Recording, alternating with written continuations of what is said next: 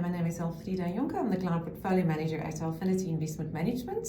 Today I have Matisse Clark with me. She's one of the analysts in our global team, and today we will be talking about a really interesting trip that Matisse recently been on, looking specifically at the consumer segment of the market.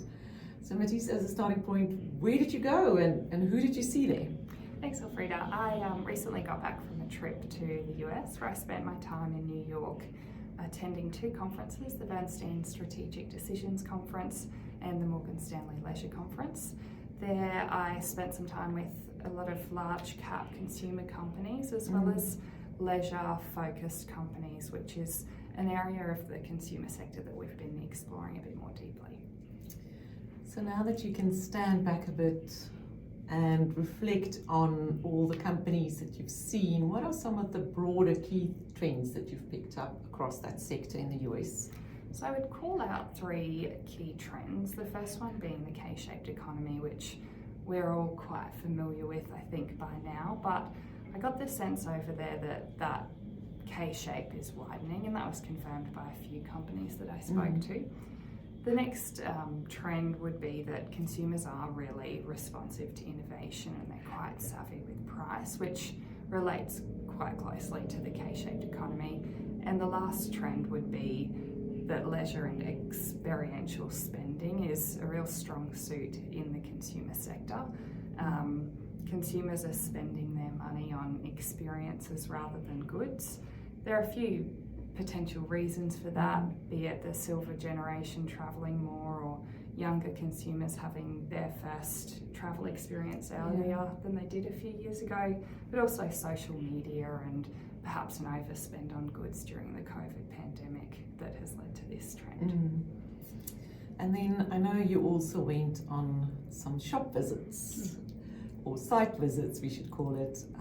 Tell us, what did you experience there? Were there any interesting points you can make out of that? Yes, I spent a day in New Jersey visiting a few different stores that of companies that are listed and that we look at.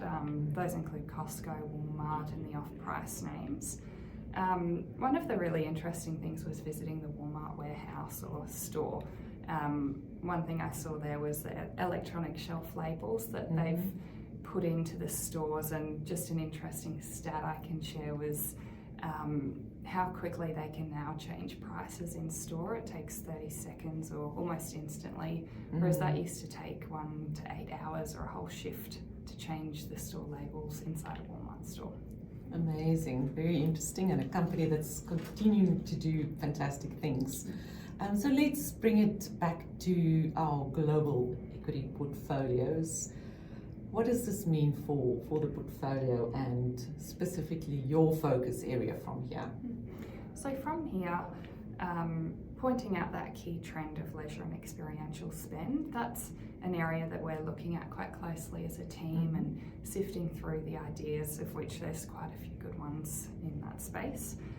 But more specifically, on that store visit day that I got a chance to go through a few off-price stores. So the off-price brands include TJX or Ross stores in Burlington.